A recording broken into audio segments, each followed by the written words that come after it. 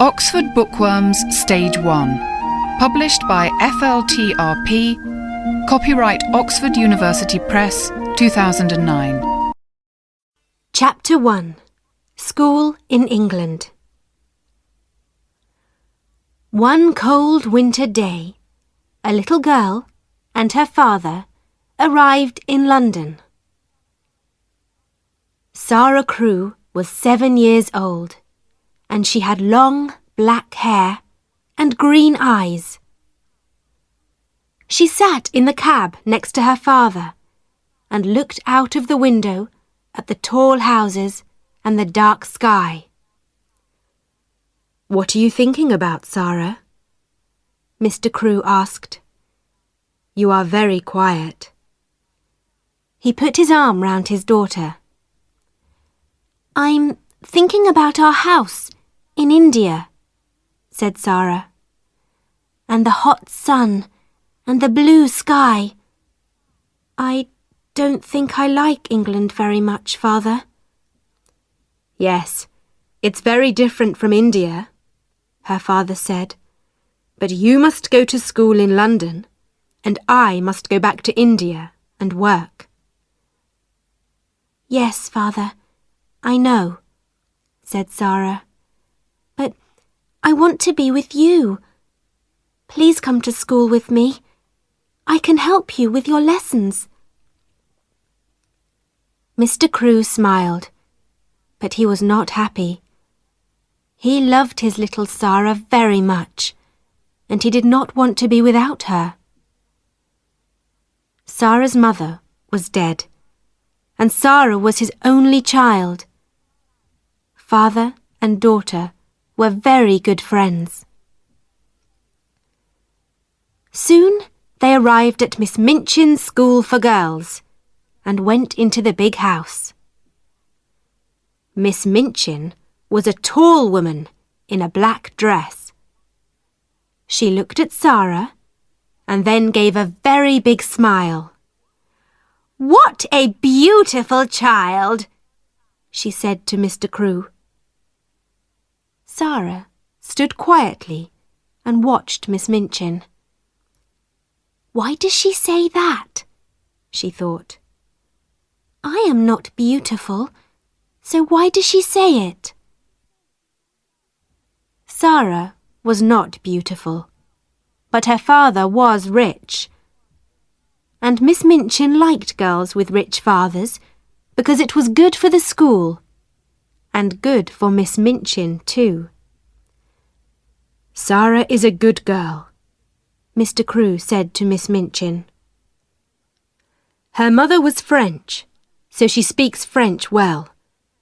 She loves books and she reads all the time, but she must play with the other girls and make new friends too." "Of course," said Miss Minchin. She smiled again. "Sarah is going to be very happy here, Mr. Crewe." Mr. Crewe stayed in London for a week. He and Sarah went to the shops, and he bought many beautiful, expensive dresses for his daughter. He bought books and flowers for her room, and a big doll with beautiful dresses too. Miss Minchin smiled, but she said to her sister Amelia, "All that money on dresses for a child of 7! She looks like a little princess, not a schoolgirl." When Mr. Crewe left London, he was very sad. Sarah was very sad too, but she did not cry. She sat in her room and thought about her father on the ship back to India. "Father wants me to be happy," she said to her new doll. "I love him very much, and I want to be a good daughter, so I must be happy." It was a very big and very beautiful doll, but of course it could not answer. Sarah soon made new friends in the school. Some little rich girls are not very nice children. They think they are important because they have money and lots of expensive things. But Sarah was different. She liked beautiful dresses and dolls, but she was more interested in people and books and telling stories. She was very good at telling stories. She was a clever child, and the other girls loved to listen to her. The stories were all about kings and queens and princesses and wonderful countries across the sea. "How do you think of all those things?" asked her best friend, Ermengarde. "I have all these pictures in my head," said Sarah, "so it's easy to tell stories about them." Poor Ermengarde was not clever. She could never remember any of her school lessons, and Miss Minchin was always angry with her. Sarah often helped Ermengarde with her lessons. "Listen, Ermi," she said. "You remember that French king, Louis XVI? Well, this is a story about him. One day, in 1792, and so Ermengarde learnt her lessons through Sarah's stories, and she loved her friend very much. But not everybody was Sarah's friend. Lavinia was an older girl. Before Sarah came, Lavinia was the richest and the most important girl in the school.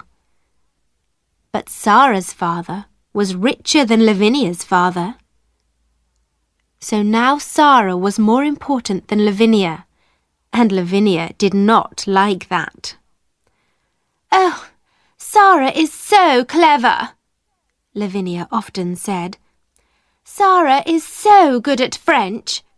Her dresses are so beautiful, and she can sing so well, and she is so rich. Of course Miss Minchin likes her best." Sarah did not answer when Lavinia said these things. Sometimes it was not easy, but Sarah was a kind, friendly girl, and she did not like to be angry with anyone.